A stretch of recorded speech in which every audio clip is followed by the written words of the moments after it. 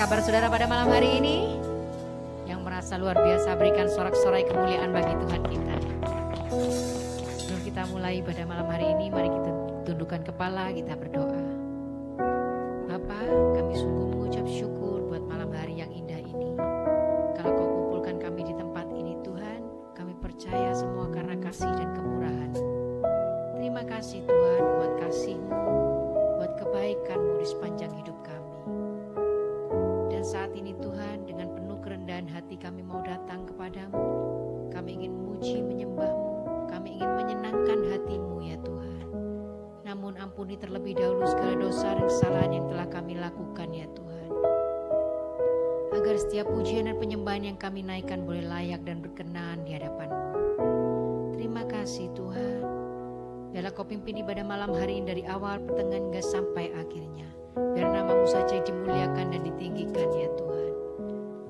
Kau tutup bungkus tempat ini dengan kuasa darah-Mu Tuhan.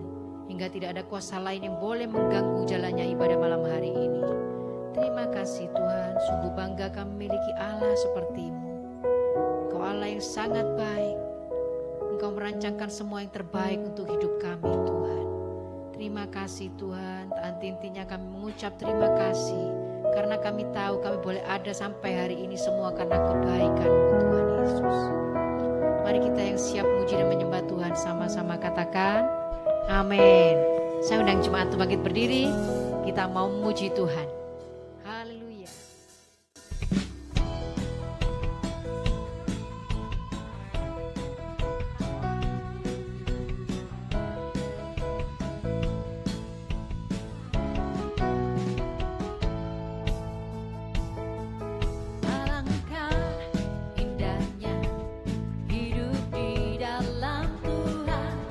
Dia mencurahkan berkat yang melimpah.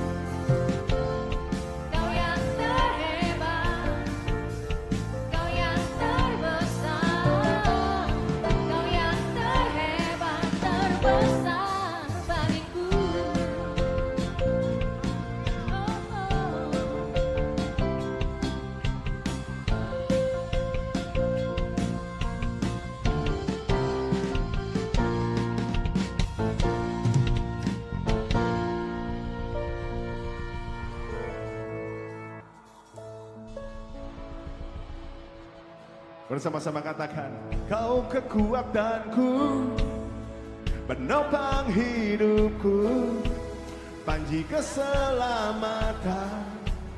Kau buktikan kasih setiamu, benteng hidupku.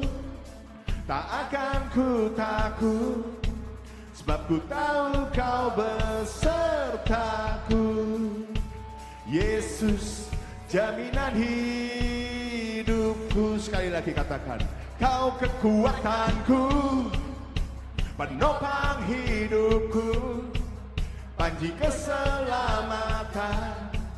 Kau buktikan kasih setiamu, benteng hidupku. Tak akan ku takut, sebab ku tahu Kau besertaku. Yesus, Yesus, jaminan hidupku. Semuanya tepuk tangan bagi Tuhan. Engkau dahsyat Tuhan.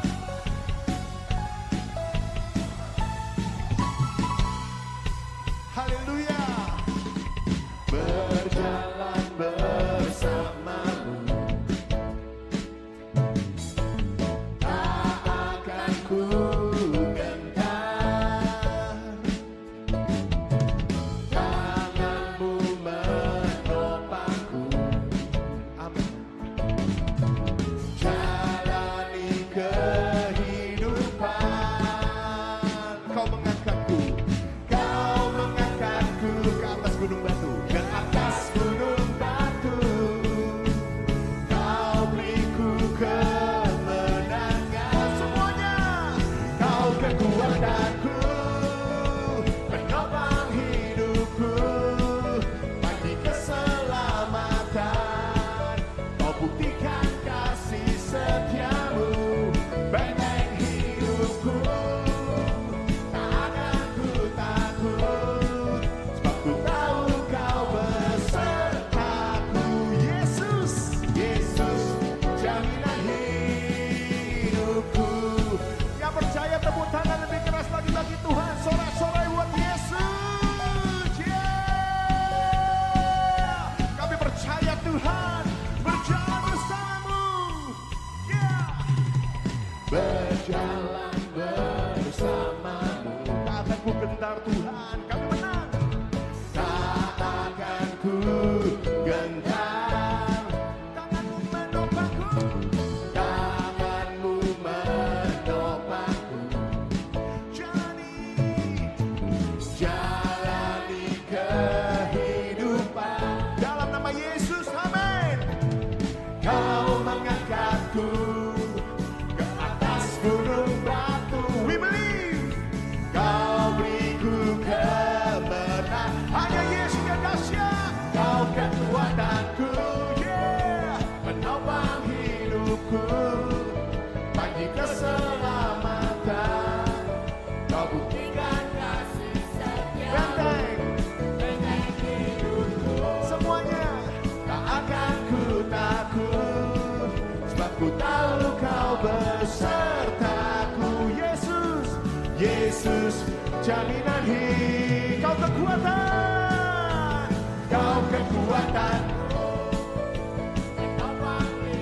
Yang percaya, Kau buktikan kasih setia, benteng hidupku. Tak akan ku takut, sebab ku tahu Kau besertaku. Yesus, Yesus, Yesus, jaminan hidupku. Haleluya. Gunung batu kami, keselamatan kami, kota benteng kami. Engkaulah Tuhan yang bertahta. Amin.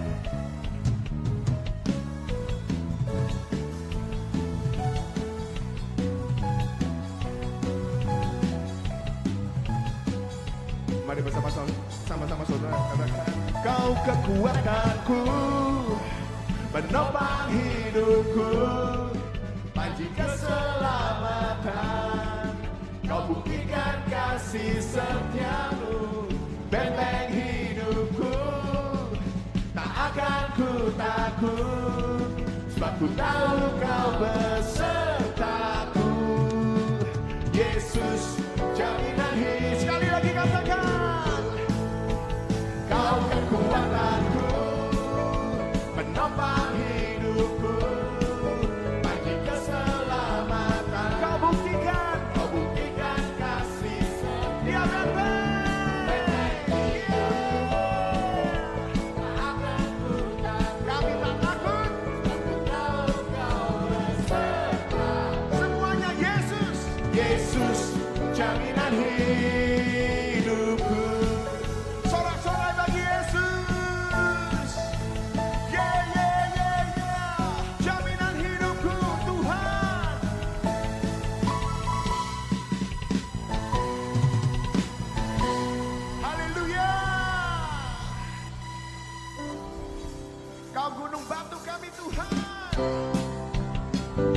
Kami aman bersama Tuhan. Yang percaya kata-kata amin.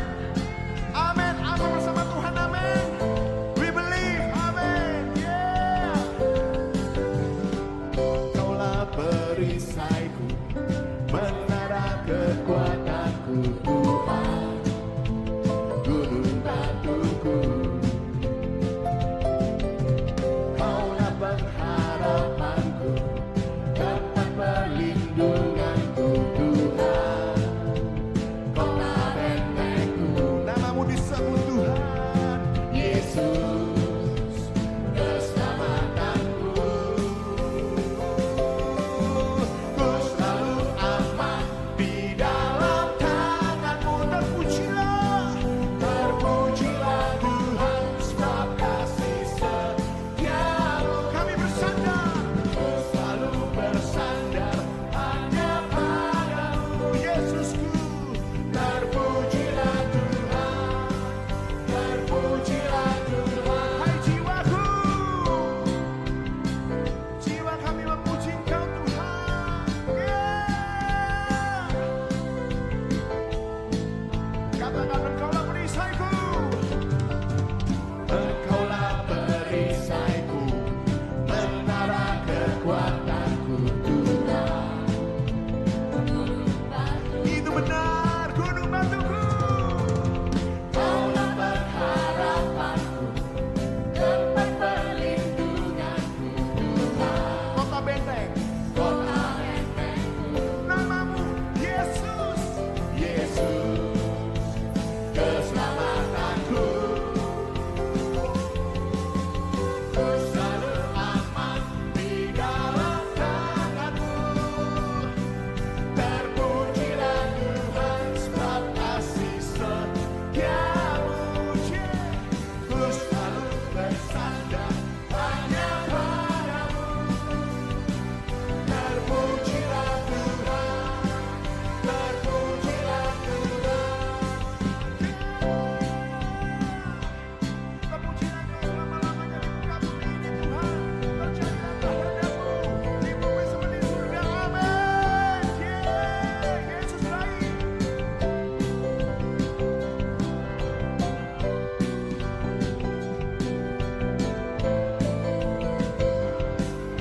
Mari bersama-sama katakan. Ku selalu aman di dalam tanganmu. Terpujilah Tuhan, sebab kasih setiamu. Ku selalu bersandar hanya padamu. Terpujilah Tuhan, terpujilah Tuhan. Ku selalu aman di dalam tanganmu. Terpujilah Tuhan, sebab kasih setiamu. Ku selalu bersandar hanya padamu. Terpujilah Tuhan, terpujilah Tuhan, terpujilah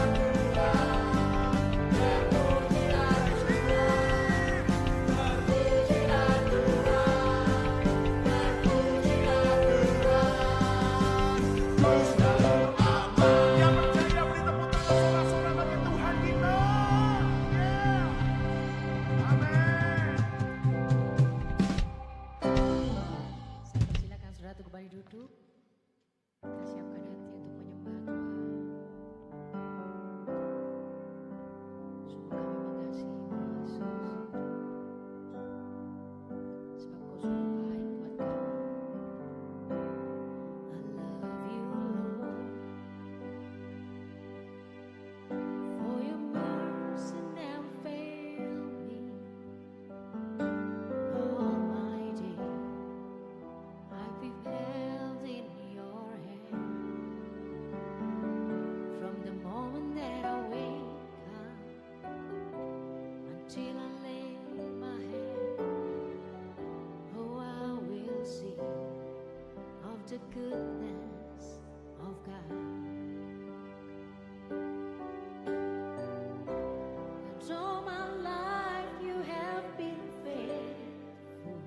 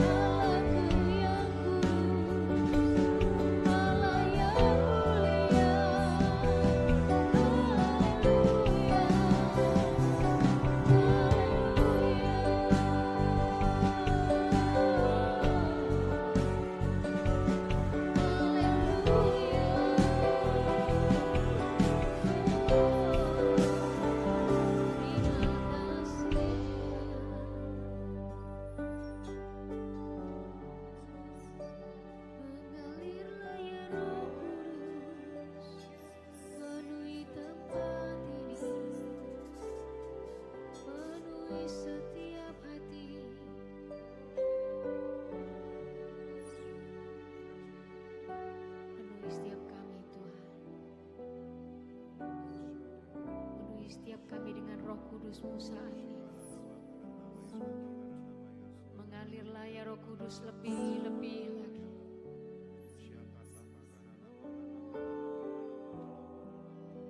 Kami mau merasakan kasih-Mu lebih lagi Tuhan dalam hidup kami. Mengalirlah dalam hati kami Tuhan. Sebab sungguhnya hanya Engkau yang kami perlu Tuhan. Sebab Engkau sumber segalanya bagi kami.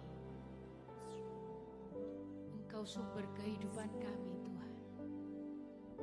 Engkau sumber sukacita kami. Engkau segalanya bagi kami Tuhan.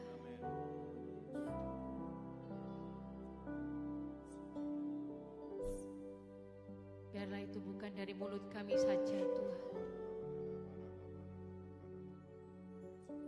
tapi itu sungguh-sungguh keluar dari hati kami yang terdalam ya Tuhan.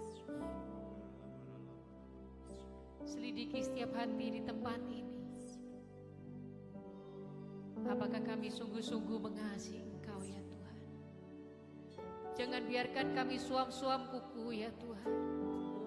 Biarlah kami masuk lebih dalam. Kami mau masuk lebih lagi ya Tuhan. Kirabayaralabayaralamas. Kirabayaralabayaralamas. Biarlah kasih-Mu Tuhan menjamah setiap hati. Hati kami Tuhan. Kirabayaralabayaralalalala.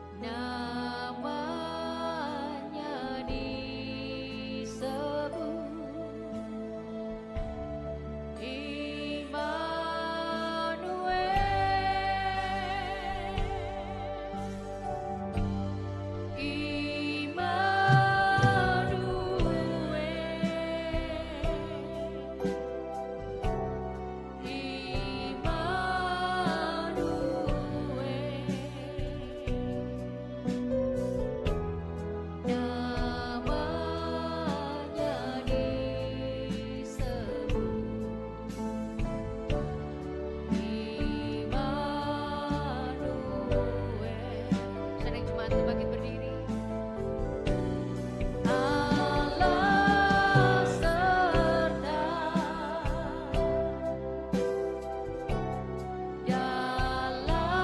dalam kita,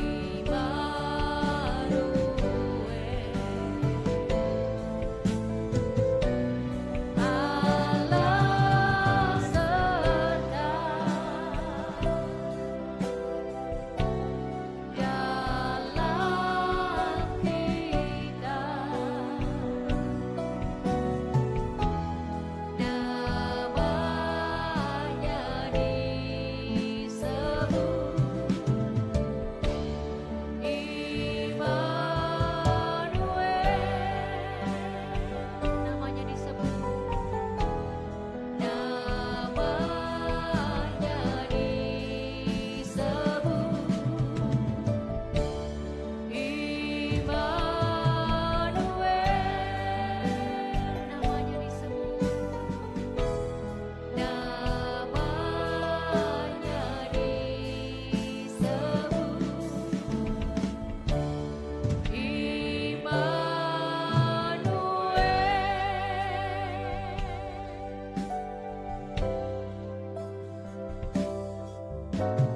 Namanya disebut Immanuel. Allah beserta kita. Engkau layak disebut Immanuel karena Engkau selalu menyertai kita. Engkau selalu menyertai kami, Tuhan. Apalah hak kami untuk meminta Engkau untuk selalu menyertai kami. Tetapi karena Engkau begitu kasih, sehingga Engkau mau selalu menyertai kami. Terima kasih Bapa, terima kasih Tuhan. Sekali lagi, sertai kami Tuhan malam ini, agar kami bisa mendengar firman-Mu dengan lebih jelas lagi, dengan lebih jernih lagi, lebih tajam lagi. Apa yang hendak Kau sampaikan kepada kami. Dan biarlah itu menembus hati kami yang keras, menembus telinga kami yang tebal, dan menembus pikiran kami yang kaku. Lembutkanlah hati kami Tuhan. Lemaskanlah telinga kami. Lunakkanlah pikiran kami. Ubahkan hidup kami Tuhan. Biarlah pemberitaan firman-Mu itu menyegarkan hati kami. Dan ketika kami pulang dari tempat ini, kami semakin menyadari bahwa Engkau benar-benar Immanuel. Engkau benar-benar Allah yang selalu menyertai kami. Terima kasih Bapa, terima kasih Tuhan. Kami siap mendengarkan firman-Mu dalam nama Tuhan Yesus. Haleluya. Amin. Silakan duduk Bapak Ibu. Shalom. Kita ketemu lagi.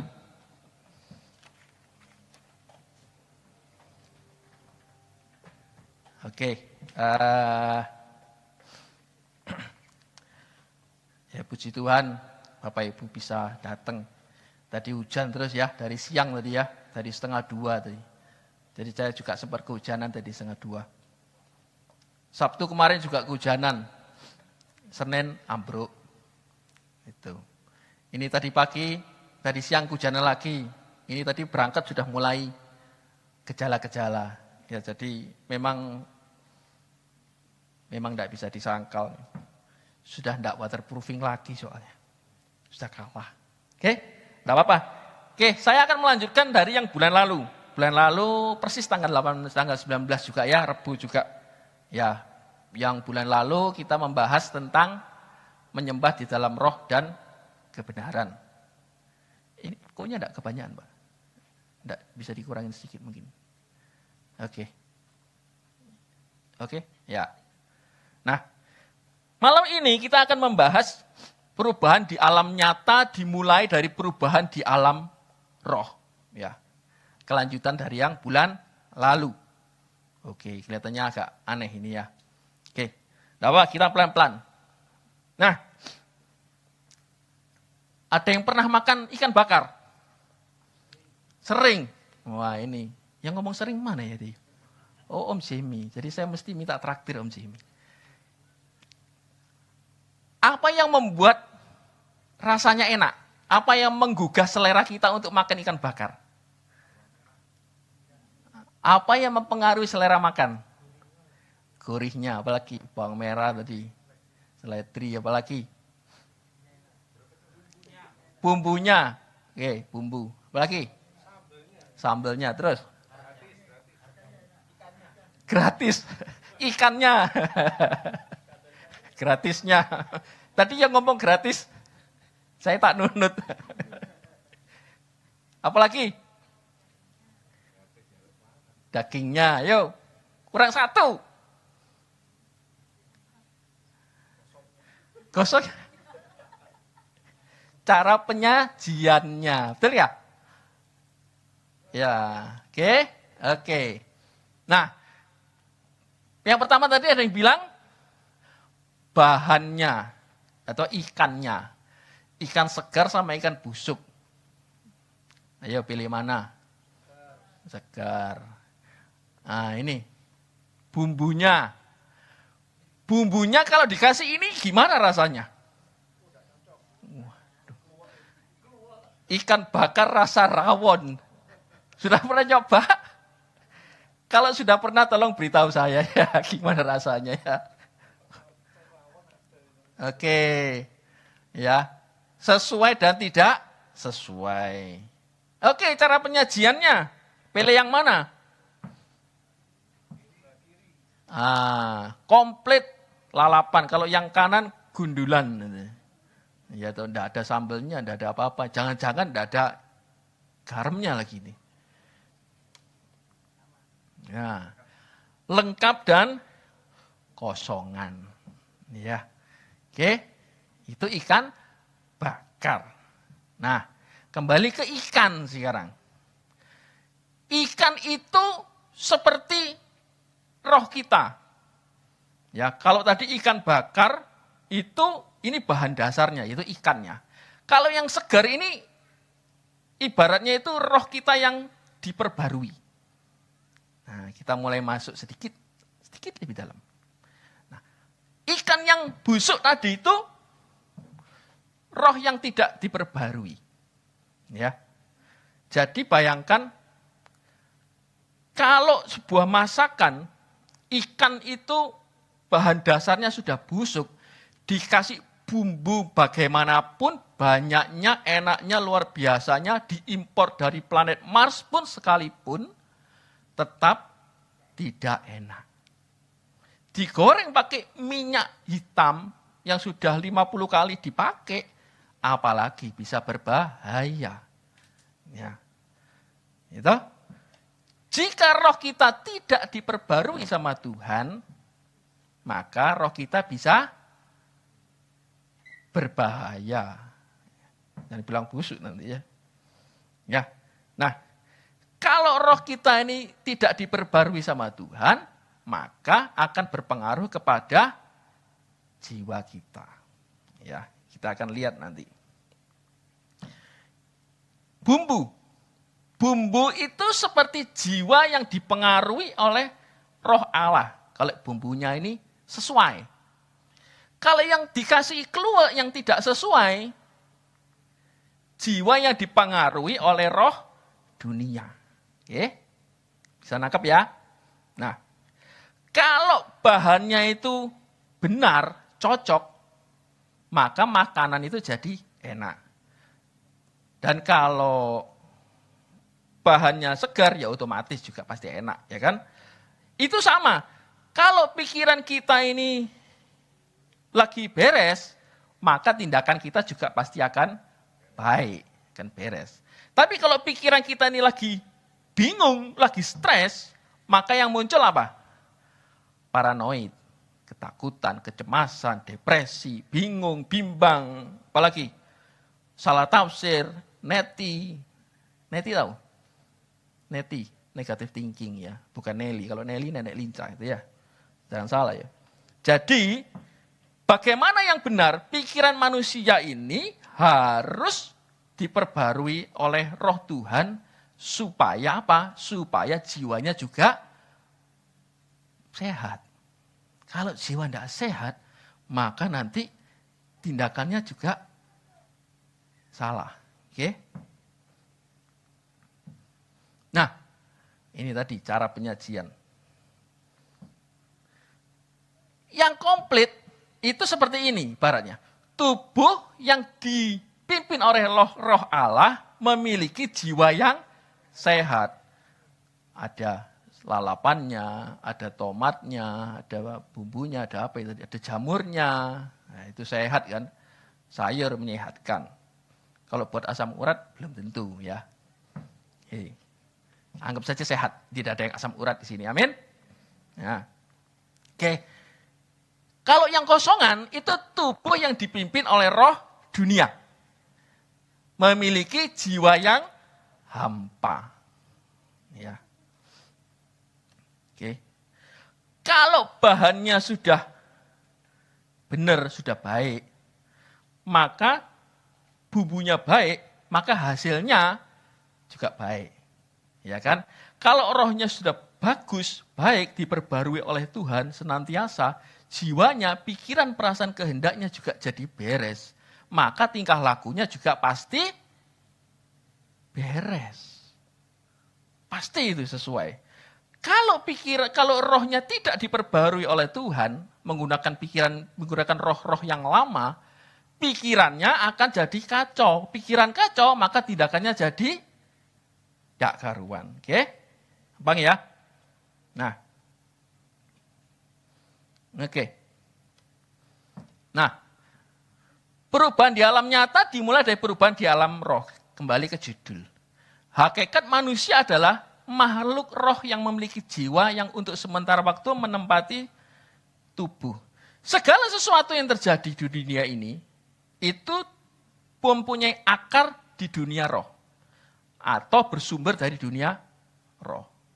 Jadi, perubahan apapun yang terjadi, baik itu individu maupun komunitas, itu dipengaruhi oleh dunia spiritual atau dunia rohani.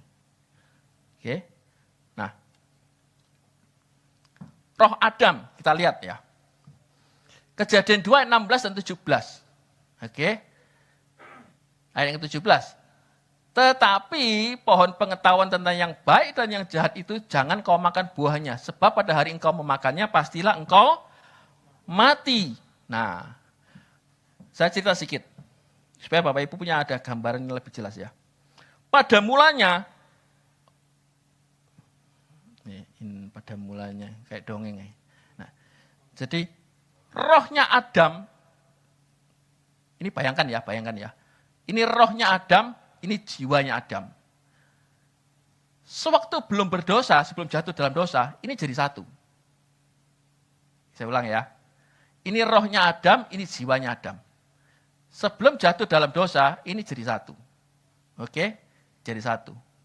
Roh melingkupi jiwanya Adam. Ketika Adam ini jatuh dalam dosa, maka roh dan jiwanya ini terpisah. Ini roh, ini jiwa, terpisah.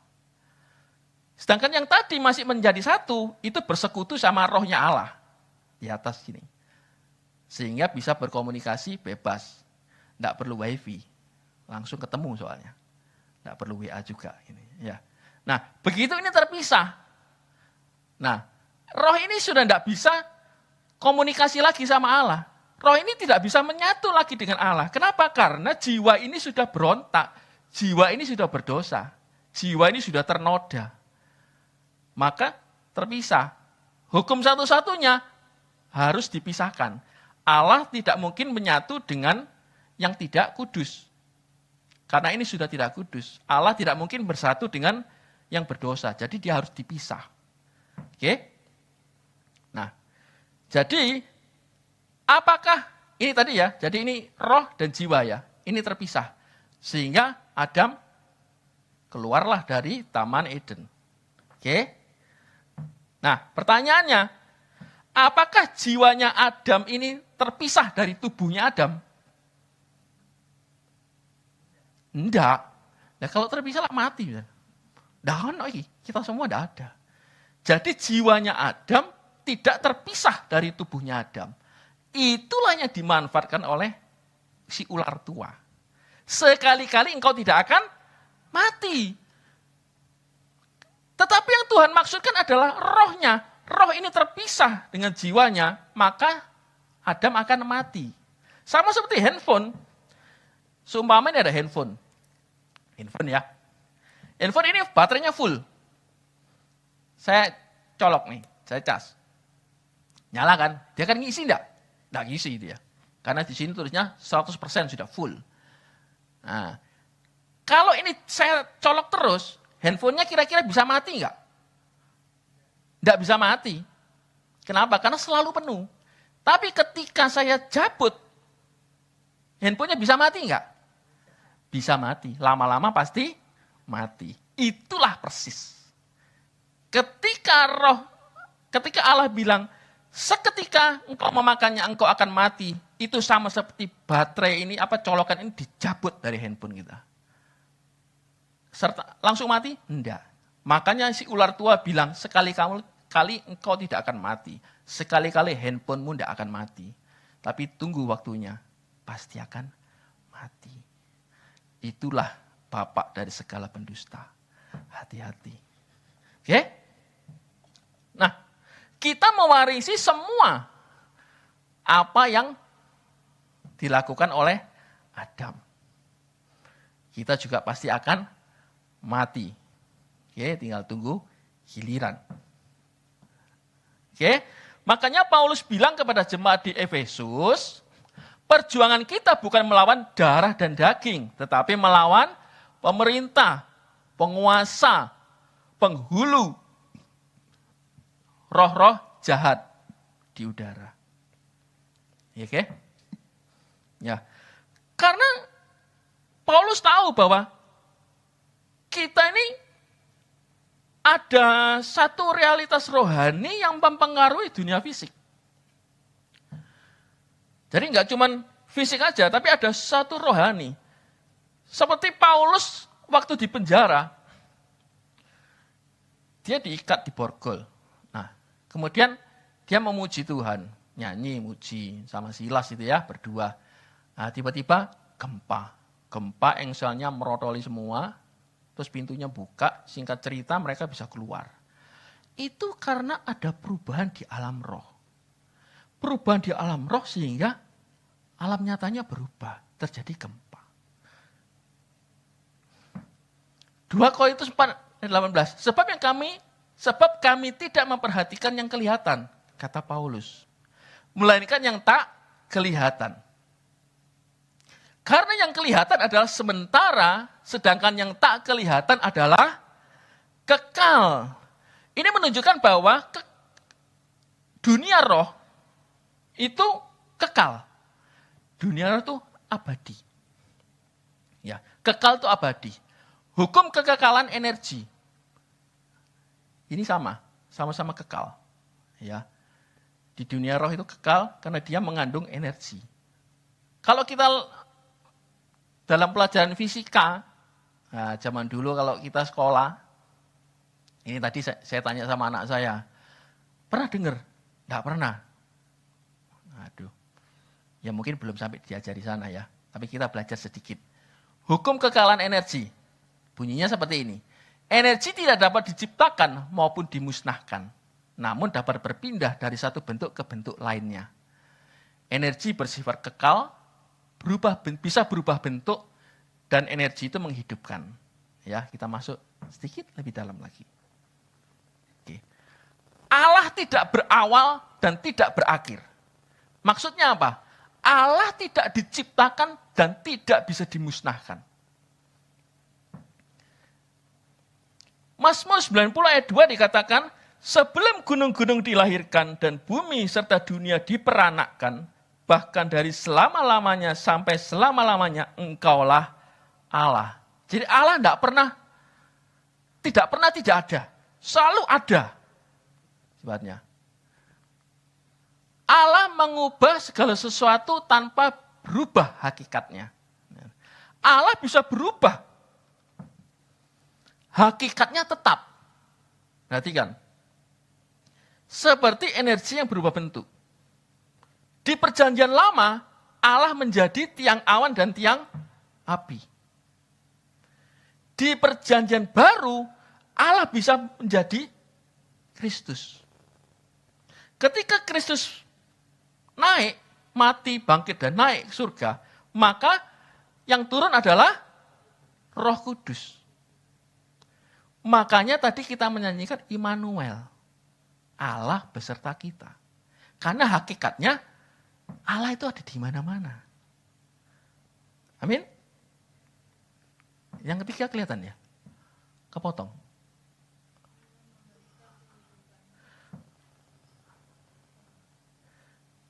Enggak kepotong ya. Yang ketiga itu Allah memberikan kehidupan. Ya. Jadi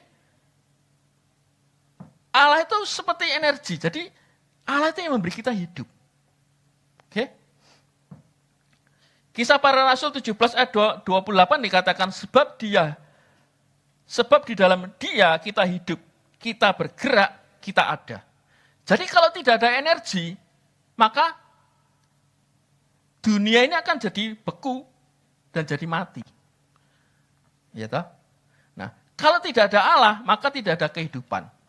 Baik secara fisik maupun secara rohani. Oleh karena itu kenapa Bapak Ibu ya, zaman sekarang kalau perang, itu yang diincar itu adalah sumber energi. Kalau dulu mungkin wilayah, kekuasaan. Tapi kalau sekarang itu sumber energi. Karena energi ini tidak selamanya kekal. Yang kekal itu hanya Allah. Nah, kita lihat ini. Yang sebelah kiri ini Daniel. Ketika seseorang mengalami transformasi rohani atau pertumbuhan rohani, bisa melalui pertobatan, bisa melalui doa maupun melalui peperangan rohani, maka itu akan berdampak pada dunia fisik. Ya. Pertumbuhan itu bukan naik turun. Perubahan itu naik turun. Tapi pertumbuhan itu selalu naik. Walaupun pernah turun sedikit, tapi naiknya lebih banyak. Itu namanya pertumbuhan. Nah, dalam menghadapi masalah atau ketika kita ingin menginginkan suatu perubahan, kita yang terpenting lebih dahulu adalah membereskan rohani kita dulu. Rohaninya dibereskan, maka perlahan-perlahan masalah kita itu mulai akan terbuka masalahnya. Pemecahannya satu persatu akan mulai terbuka. Okay. Daniel tahu nubuatan Yeremia bahwa Israel akan dikucilkan, akan dibuang ke Babel selama 70 tahun. Daniel tahu. Dan ketika tahun yang ke-70, Daniel juga tahu sebentar lagi bangsa Israel akan dibebaskan, akan kembali ke Yerusalem. Tapi apakah Daniel berdiam diri? Menunggu waktunya, sudah 70. Enggak. Daniel melakukan sesuatu. Dia berdoa dan dia berpuasa. Dia minta pertobatan kepada Allah untuk bangsanya. Dan ketika pertobatan itu dia minta dengan doa dan puasa, apa yang terjadi? Di dalam kitab Esra, ketika rajanya itu berganti menjadi Raja Kores dari Persia, maka bangsa Israel diperbolehkan kembali ke Yerusalem untuk membangun bait suci. Lihat, ada satu realitas rohani. Ada perubahan rohani dengan doa dan puasa, maka fisiknya bisa berubah. Esther juga sama. Esther 4 ayat 16, apa yang dikatakan? Kumpulkan semua orang Yahudi, kata Esther. Berpuasalah untuk aku 3 hari 3 malam. Jangan makan, jangan minum. Aku pun juga akan berpuasa. Dengan dayang-dayangku juga akan berpuasa. Dan aku aku akan menghadap raja yang mana itu melawan hukum raja. Ya kalau aku mati, ya sudah biar aku mati. Tapi aku ada usaha. Aku akan berpuasa. Kamu juga, kamu juga, kamu juga, kamu juga, kamu juga. Nggak usah lama-lama, 3 hari 3 malam. Hasilnya apa? Bangsa Israel tidak jadi dimusnahkan. Amin. Karena ini ada satu pergerakan. Di dalam alam roh, ada satu perubahan. Segaris dengan Allah. Maka apa yang kita harapkan, apa permasalahan kita, itu akan mulai dibukakan satu persatu. Yang mungkin kita nggak tahu. Jawabannya kita mungkin nggak tahu, nggak ngerti bagaimana caranya. Tapi percayalah, ketika kita memang benar-benar mencari Tuhan, kita menyembah Tuhan di dalam roh dan kebenaran, pintu itu akan dibuka satu persatu.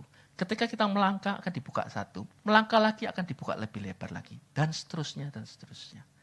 Oke? Yesus juga sama.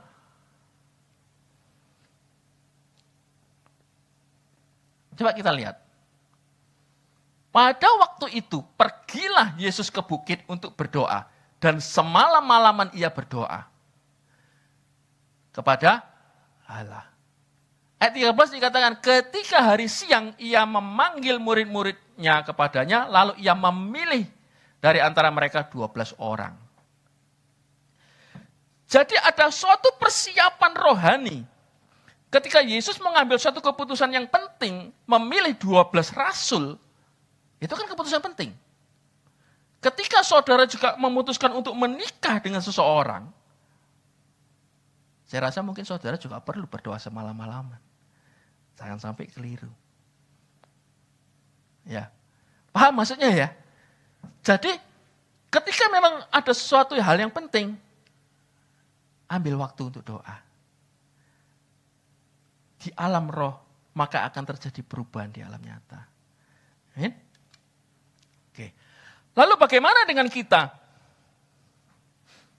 Kita bukan Daniel. Kita bukan Esther. Kita bukan Yesus. Kita berbeda, Mak. Mereka orang hebat. Zamannya mereka orang hebat. Lah kita, zaman apa nih kita manusia milenial? Ada yang Gen X, ada yang Gen Y, ada yang apa lagi? Gen C, Gen Alpha. Sekarang masuk Beta. Kita beda, Pak. Nggak sama seperti mereka. Mereka orang hebat-hebat. Kita ini kan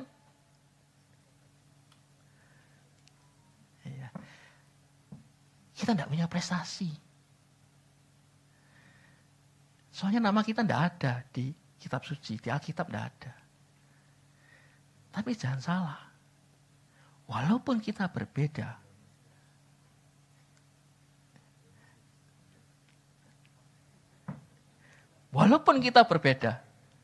ya, tapi kita punya satu persamaan. Apa itu? Kita punya darah dan daging yang sama dengan mereka. Amin. Artinya apa? Kita juga sama-sama manusia. Kita sama-sama manusia dengan mereka. Mereka manusia, kita juga manusia. Kita punya tubuh, kita punya jiwa, kita punya roh. Mereka juga punya tubuh, mereka juga punya jiwa, mereka juga punya roh. Itu yang sama. Nah, kita punya body, kita punya soul, kita punya spirit. Bacanya dibalik, biasanya kiri ke kanan, sekarang kanan ke kiri. Ya, tidak bosan. Tubuh itu bagian terluar yang berhubungan dengan dunia fisik. Amin toh? Setuju toh? Oke. Jiwa itu punya pikiran, perasaan, kehendak. Betul? Nah, roh itu adalah bagian yang terdalam yang berhubungan langsung dengan Tuhan. Nah, bisa nangkep garisnya ya? Oke.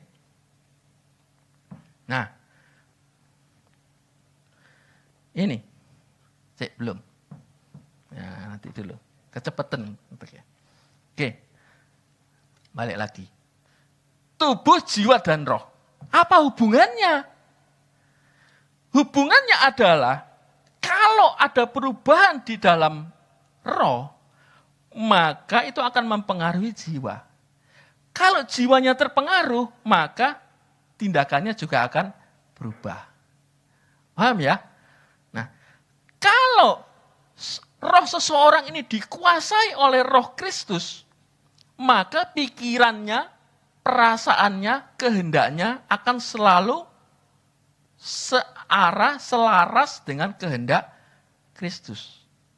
Amin.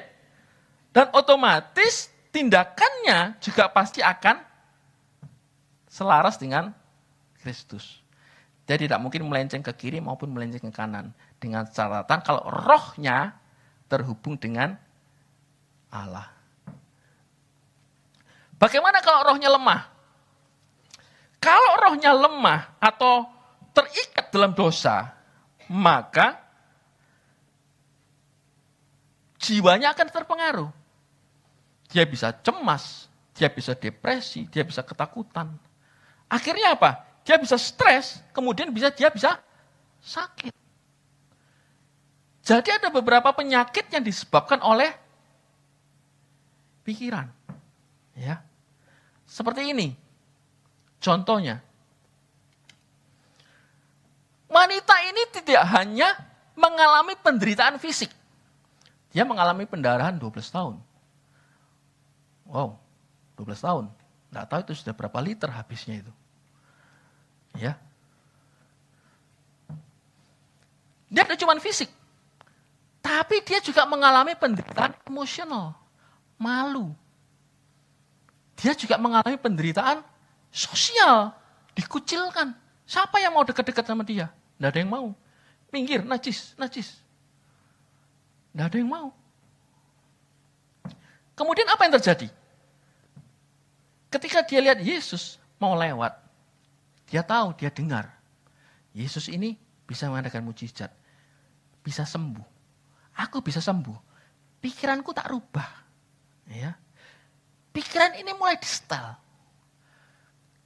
Seandainya aku tidak bisa minta untuk kesembuhan sama dia, tak jamah saja jubahnya, aku akan sembuh.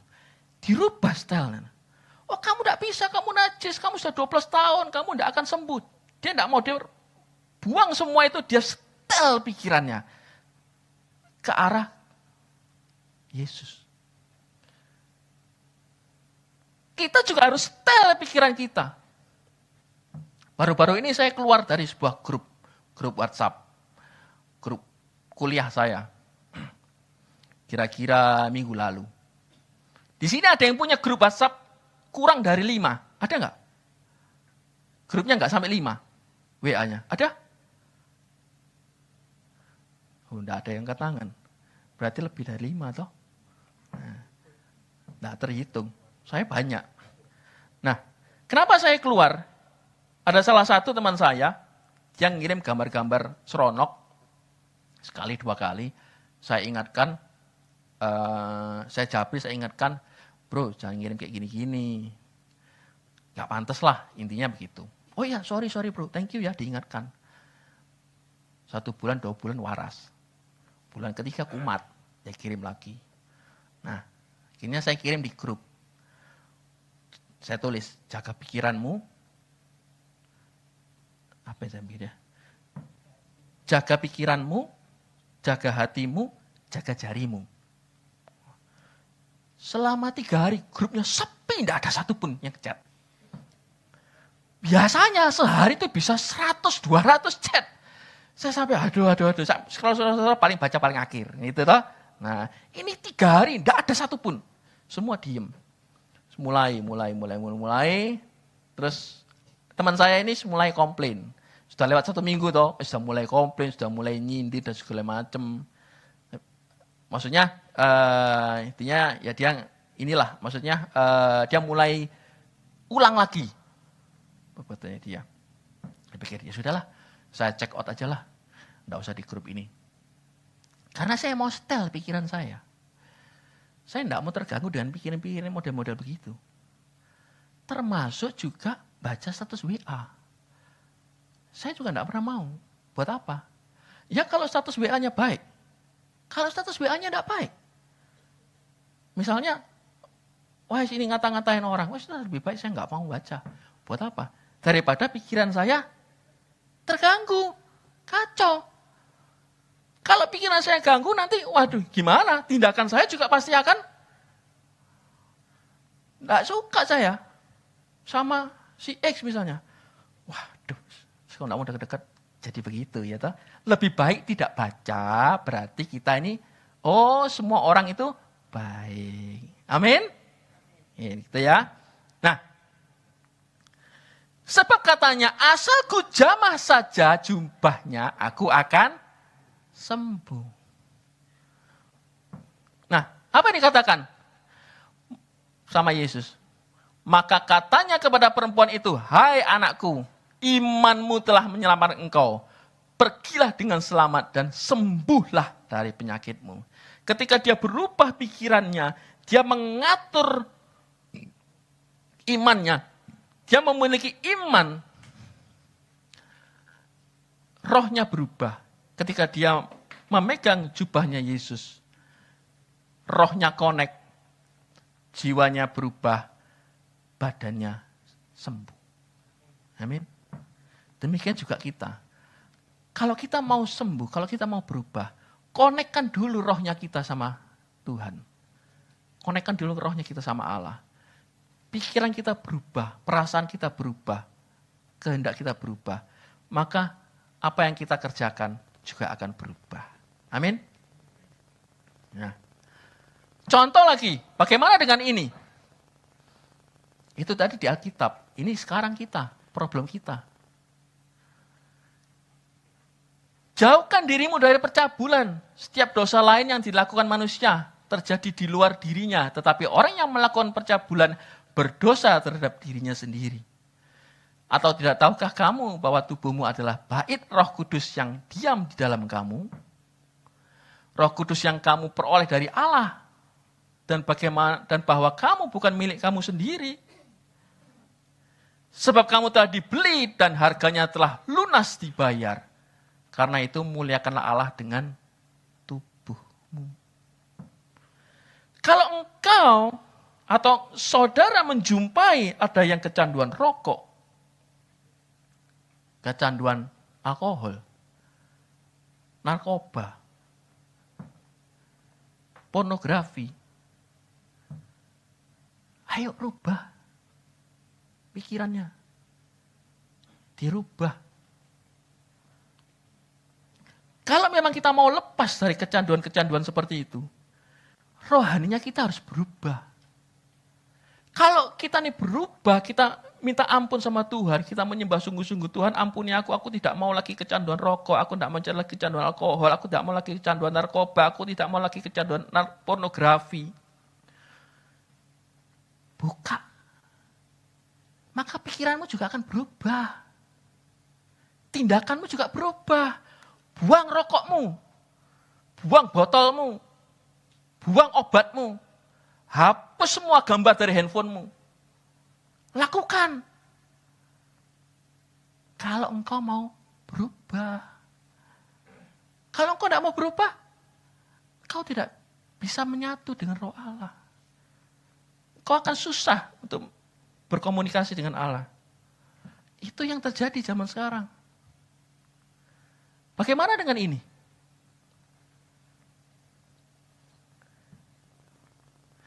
Ada survei tahun 2019. 300 juta orang di seluruh dunia mengalami gangguan mental. 2019. 2022 Indonesia, 1 dari 20 remaja atau 2,5 juta remaja mengalami setidaknya 1 gangguan jiwa dalam 1 tahun. Indonesia ini. 2022. Dan ironisnya, hanya 63.000 remaja yang pernah mendapat konseling. Lainnya tidak pernah. 2022. Sekarang 2025. Berapa banyak lagi pertambahannya?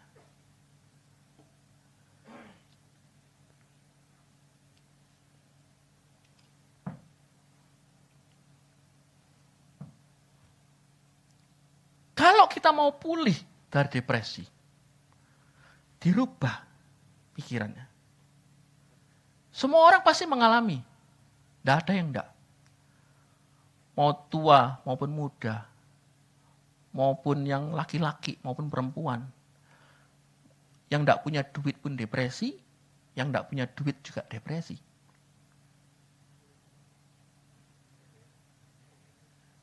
Salah ya? Salah ya? Oke. Yang enggak punya duit depresi. Yang punya duit banyak pun depresi. Loh iya loh. Betul. Makanya kita harus merubah pikiran ini. Disetting, diarahkan kepada Tuhan. Supaya apa? Supaya roh kita ini juga satu garis sama Tuhan. Kalau roh kita ini sudah bisa connect dengan Tuhan, maka jiwa pikiran ini loh. Ini peperangan itu ada di sini. Ya. Kalau memang roh ini connect, roh kita dengan roh Allah ini connect, maka pikiran kita ini berubah.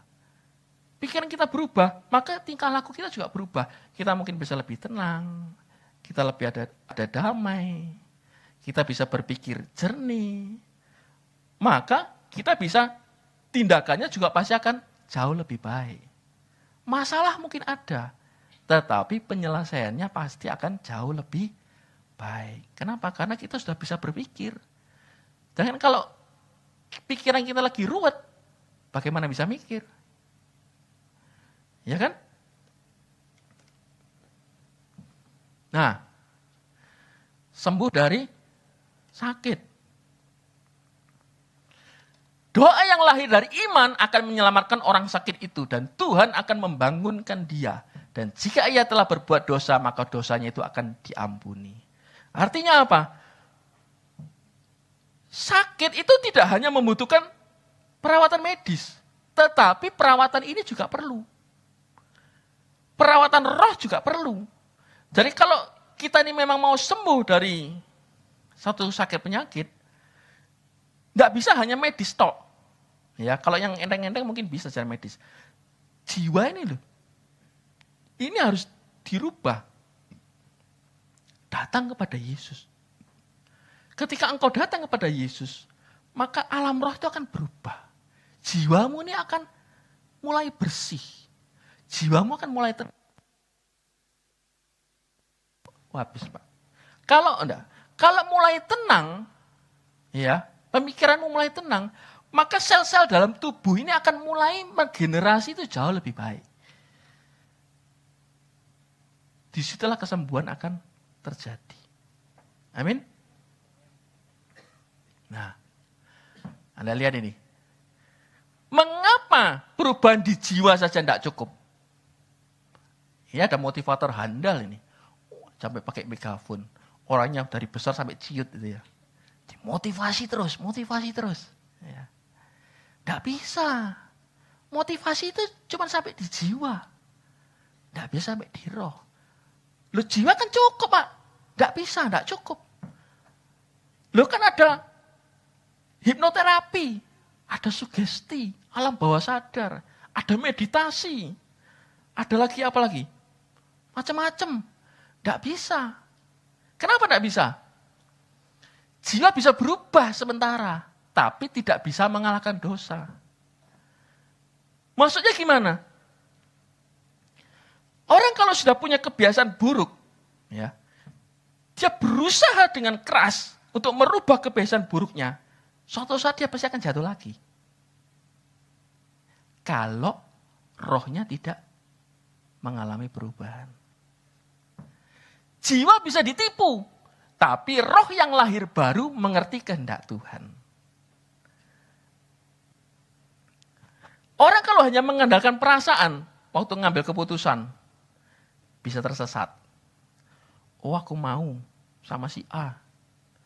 Soalnya cantik ya. Tidak cuma cantik, cantik. Ternyata habis dari Korea. Itu tidak asli. Tersesat loh, tersesat. Nah.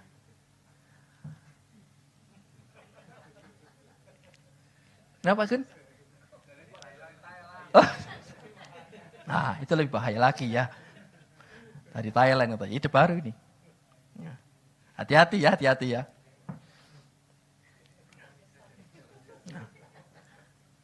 Bentar. Oh, enggak jadi ngeblank dah. Fokus ya. Ya. Nah, orang yang berdasarkan logika dunia juga sama. Ya. Seringkali menolak kehendak Tuhan. Kenapa? Karena enggak ngerti. Semua dipikiri karena secara akal duniawi. Enggak masuk akal ini Tuhan ini. Ya.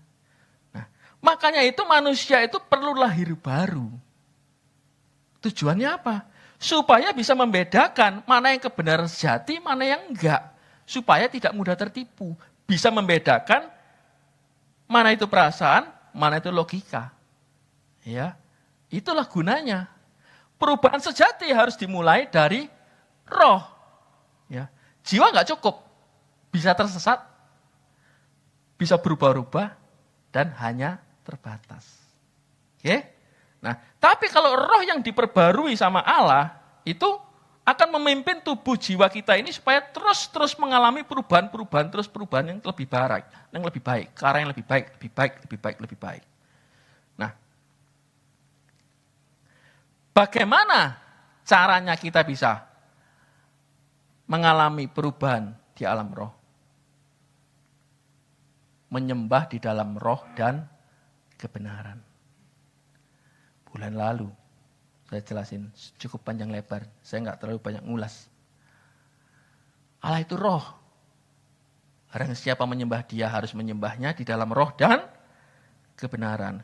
Kalau seseorang hanya tersentuh emosinya, kemudian dia menyembah, terus tidak ada perubahan dalam hidupnya, jangan-jangan penyembahannya hanya bersifat jiwa. Levelnya hanya sampai di situ. Demikian juga kalau seseorang itu menyembah secara intelektual, hatinya tidak mengalami pertobatan, dia tidak menyembah di dalam roh. Oke? Kesimpulan. Ini yang paling disukai. Soalnya mau pulang. Ya. Yang pertama, perubahan di alam nyata dimulai dari perubahan di alam roh. Perubahan roh mempengaruhi jiwa. Jiwa yang diperbarui akan berdampak pada tubuh kita.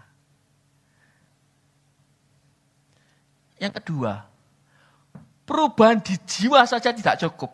Kenapa? Karena jiwa bisa berubah, tapi hanya sementara. Dan jiwa juga bisa ditipu, tetapi roh yang lahir baru mengerti kehendak Tuhan.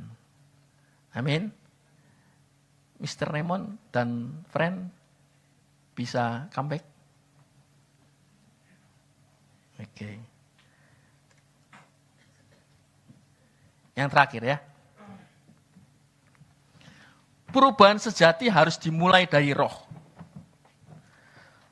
Roh harus memimpin.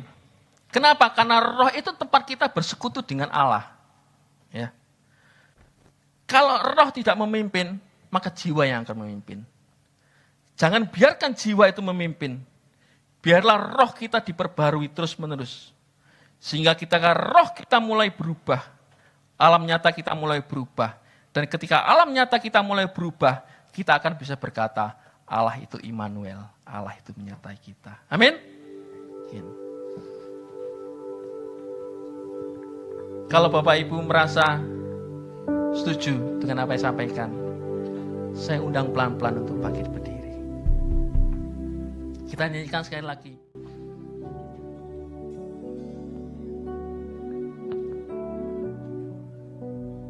Bukankah kita semua mau Allah itu Immanuel dengan kita?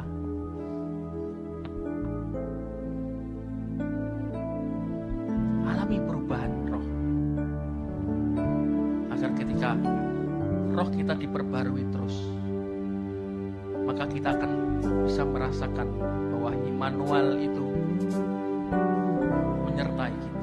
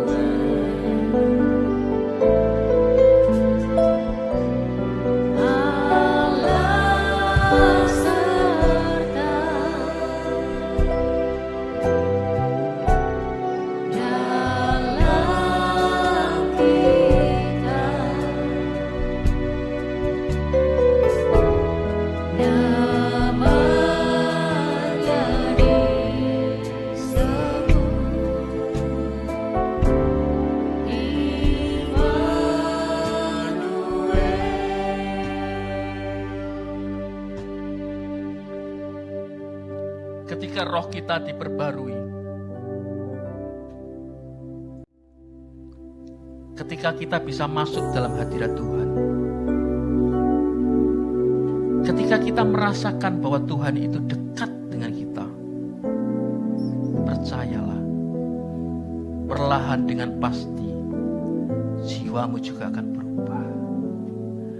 Pikiranmu yang kacau, pikiranmu yang diliputi kecemasan, ketakutan, perlahan dengan pasti akan berubah. Damai sejahtera Allah akan turun meliputi engkau. Yang tidak pernah terfikirkan olehmu, tidak pernah terbayangkan, akan melingkupi engkau, akan menaungi engkau. Itu tanda bahwa Allah itu hadir di dalam hidupmu. Allah itu Immanuel dengan kita. Ketika kita sungguh-sungguh ambil waktu, ambil keputusan, kita mau arahkan pikiran kita mau arahkan roh kita mau sungguh-sungguh mau sembah Dia, menyembah Dia di dalam roh dan kebenaran. Percayalah, rohmu akan diperbarui, akan disegarkan terus oleh Roh Kudus. Rohmu akan ditemani oleh Roh Kudus. Engkau akan dibimbing, engkau akan disertai, engkau akan dilindungi. Roh Kudus akan selalu menyertai engkau kemanapun engkau pergi. Apapun yang engkau kerjakan, apapun yang engkau pikirkan. Ketika engkau kecanduan rokok, alkohol, narkoba, pornografi, itu akan hilang.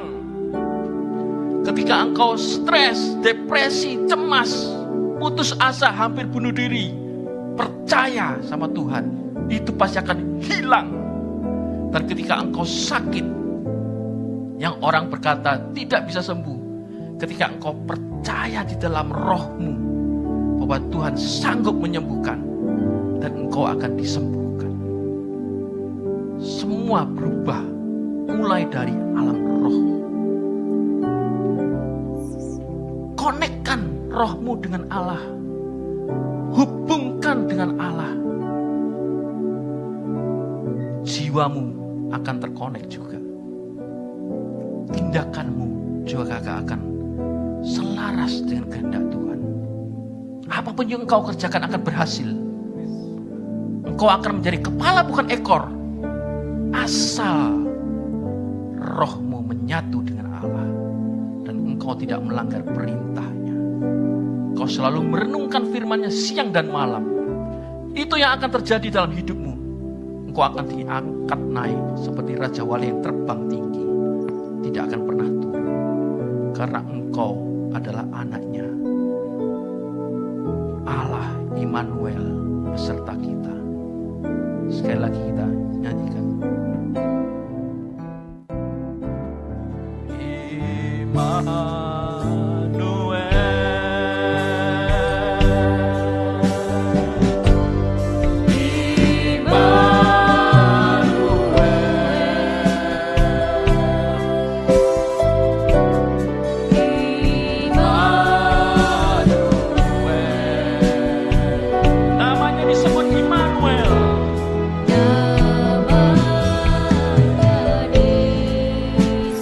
Karena Allah menyertai kita.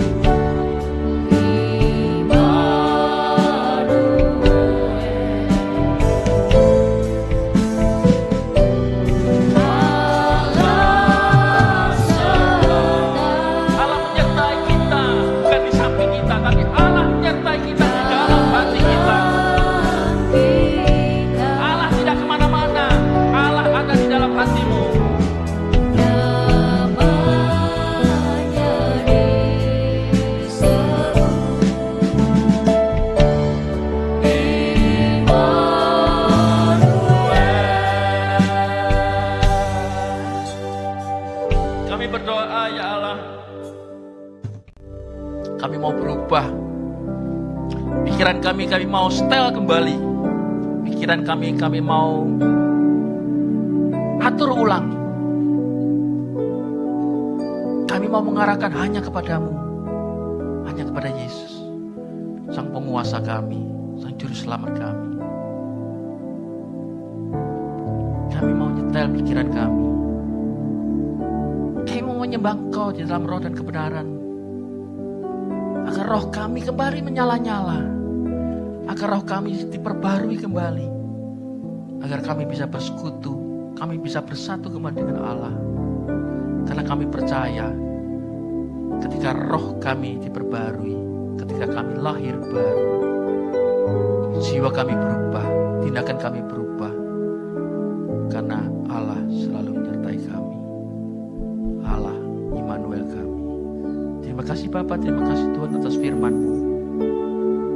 Biarlah firman-Mu ini mengingatkan kami kembali, menyadarkan kami kembali bahwa kami bukan apa-apa, kami bukan siapa-siapa.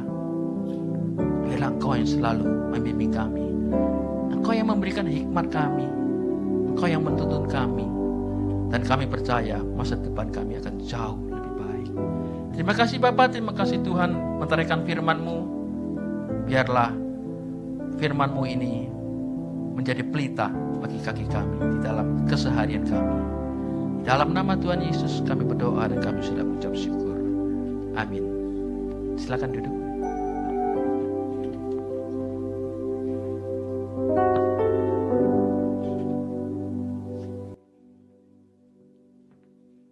Ya, Pak Dion ya, puji Tuhan. Jadi perubahan pada dunia nyata dimulai dari dunia roh, puji Tuhan. Ya, makanya datang pada waktu hari Jumat, penyembahan. Ya, kalau nggak datang, apa yang berubah? Berat badan. Oke ya, nanti hari Jumat ada doa penyembahan tanggal 21 ini ya, jam 7 ya Bapak Ibu ya, saya harapkan bisa hadir gitu ya. Anda mau ada perubahan, gereja ini menyediakan fasilitasnya gitu ya, kesempatannya gitu ya. Kalau Anda tidak pergunakan ya nggak apa-apa sih, yang untung yang datang sih bagi saya gitu ya. Saya pun juga dulu nggak bisa menikmati di dalam penyembahan itu, saya tidak menikmati gitu ya. Ibadah paling ya menikmati kalau pengkhotbahnya bagus gitu ya, menurut saya gitu ya. Dan paling bagus siapa? Saya gitu. Jadi, tapi kemudian saya belajar seperti katakan tadi Pak Dion gitu ya. Dimulai dari roh kita gitu ya. Anda menyembah ini kalau Anda biasa ya Anda nggak akan menikmati kok. Anda akan cepat-cepat rasanya, cepetan aja lagunya, cepetan saja durasinya. Anda cepat-cepat pingin buka handphone. Itu ya, Anda lihat sing lainnya, sambil nunggu waktunya ibadah selesai, makan. Sudah gitu aja yang ada dalam pikiran Anda. Anda tidak menikmati kalau seperti itu, Anda nggak dapat apa-apa, nggak akan terjadi perubahan di dalam hidup kita. Gitu ya. Dimulai dari roh. Gitu ya, puji Tuhan.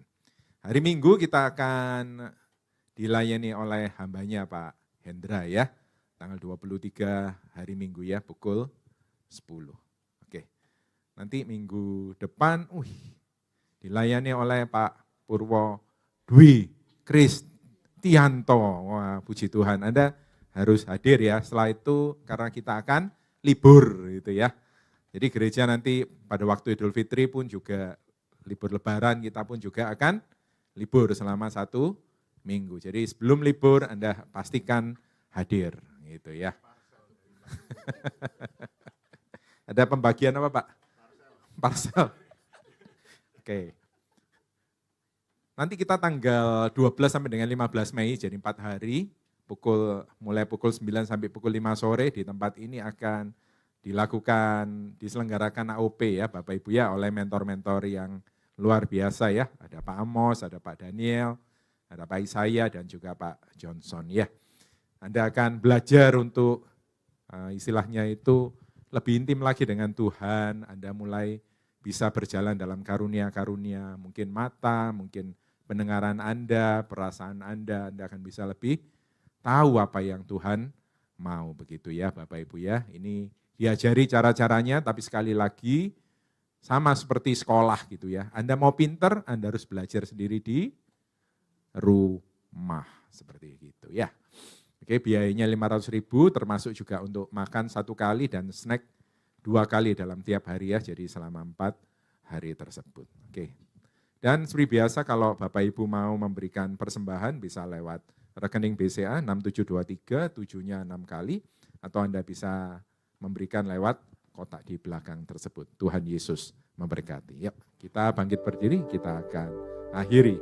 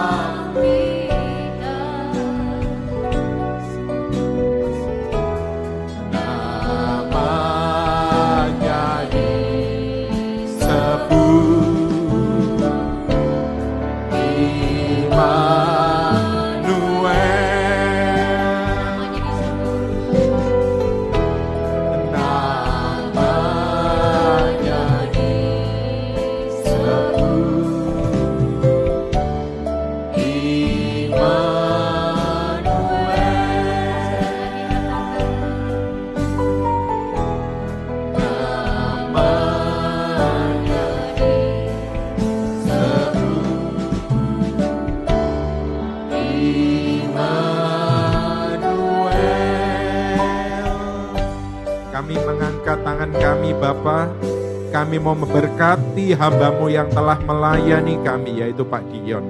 Terima kasih untuk pawahyuan yang telah Engkau berikan, yang telah disampaikan kepada kami. Kami menikmatinya, kami menerimanya dengan sukacita di dalam nama Tuhan Yesus Kristus. Dan kami berharap Bapa di sorga, bahwa di kemudian hari hamba-Mu ini terus Engkau pakai dengan luar biasa.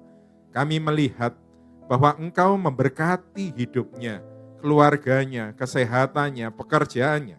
Dan seperti Engkau menyertai Yusuf, demikian juga Engkau menyertai anak-Mu, Pak Dion Sidarta, di dalam nama Tuhan Yesus Kristus. Dan kami sebelum meninggalkan tempat ini ya Bapa di sorga, seperti yang kami katakan, Immanuel, Allah serta kami.